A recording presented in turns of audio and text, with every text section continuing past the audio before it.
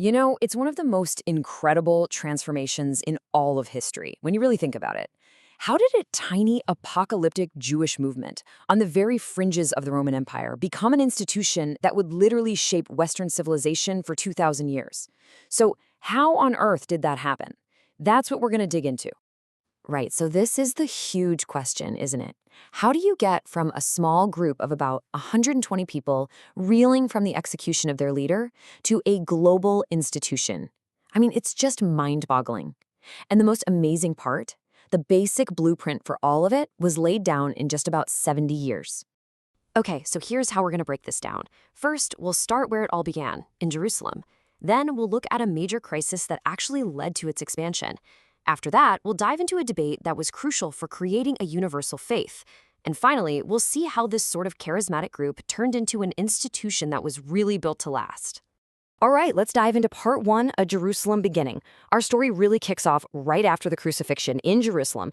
And you gotta remember, this was a small, pretty fragile community at this point.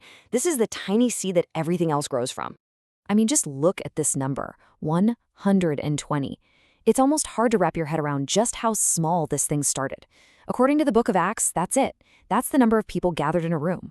Seriously, just think about that for a second. This wasn't some huge movement. It wasn't even a big crowd. It was basically the size of a large family reunion.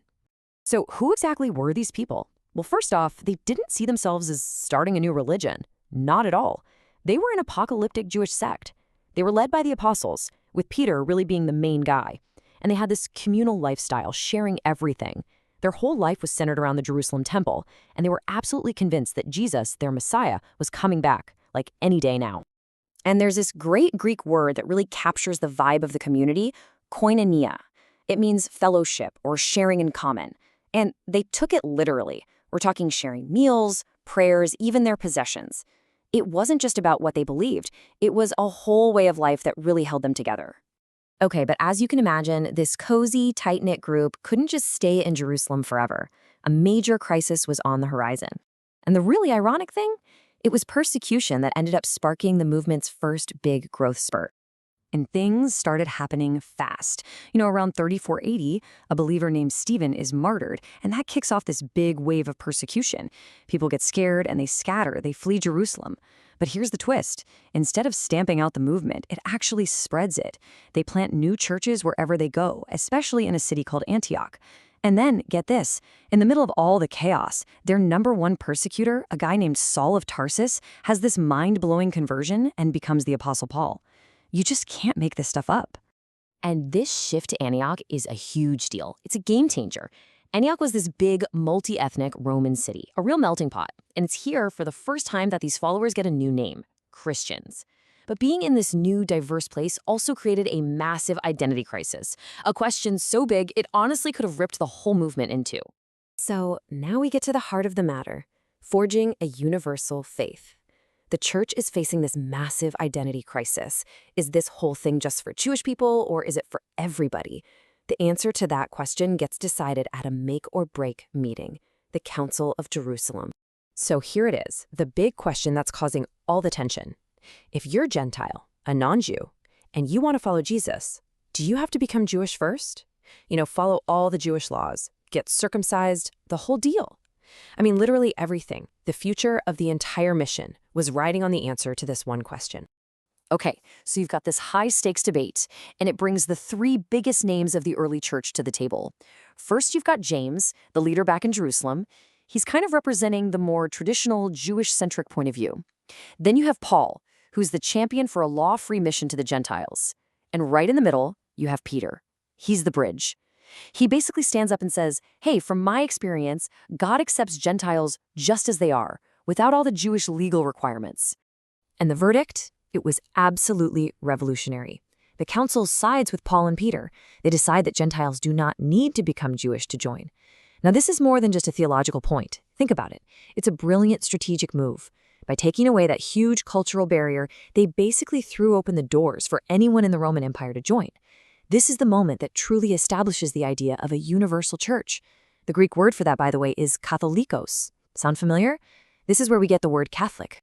All right, so just when they figure out their universal identity, bam, two new massive problems hit them. And these are existential threats. First, the original eyewitnesses, the apostles themselves, are getting old and starting to die off. And second, in 70 AD, the Romans completely destroy the Jerusalem temple, which had been the absolute center of their world. So what do you do when your founding generation is gone and your holy site is destroyed? How do you survive? Well, the answer was you build an institution. To solve the problem of the dying apostles, they developed the idea of apostolic succession, a clear line of authority. To replace the physical temple, they really leaned into their written scriptures, the Gospels and letters. And to deal with all the different beliefs that were popping up, they created a more formal leadership structure, with local leaders called bishops, or episkopos in Greek. So let's talk about this idea of apostolic succession, because it is absolutely foundational. The core belief here is that the authority Jesus gave to his apostles wasn't supposed to just end when they died. No way. The idea is that it was passed down, like a torch, from one generation to the next, through their successors, the bishops. And that's how you ensure the teaching and leadership stays consistent over time. And you know, the early Christian writer Tertullian put it really well around the year 200. He basically saw this as the ultimate proof of authenticity. He would challenge other groups and say, go ahead, unroll the list of your bishops. Show me how you trace your lineage back to an apostle. For him, that was the gold standard, the guarantee that you had the real deal. And this wasn't just some abstract theory. Early church leaders like Irenaeus made it super concrete. They actually listed out the lineage. For example, in Rome, which was the biggest and most important church, they traced the line of authority directly from the founders, Peter and Paul. They passed it to a man named Linus. Linus was succeeded by Anacletus, and after him came Clement. See? It's an unbroken chain of command. So by the time we hit the year 100, all the core elements of what we'd call early Catholicism are basically in place. You've got apostolic succession, right? A clear line of leadership. You've got written scripture, the Gospels and epistles as the ultimate guide. You've got standardized rituals, sacramental liturgy like baptism and the Eucharist. You've got this universal identity, seeing themselves as the Catholic Church for everyone. And you've got this formalized readership structure with bishops as the local authorities. The movement had built a framework. It had built a structure that would allow it to survive and carry its message into the future. And all this leaves us with one final big question to think about. This whole journey we've seen, from a movement based on personal eyewitness testimony to a structured, organized institution, well, that shift was absolutely necessary for it to survive. But you have to wonder, what is gained and what might be lost when that raw, spontaneous charisma gets turned into a formal, codified tradition? It's a tension, really, that has been at the heart of Christian history ever since.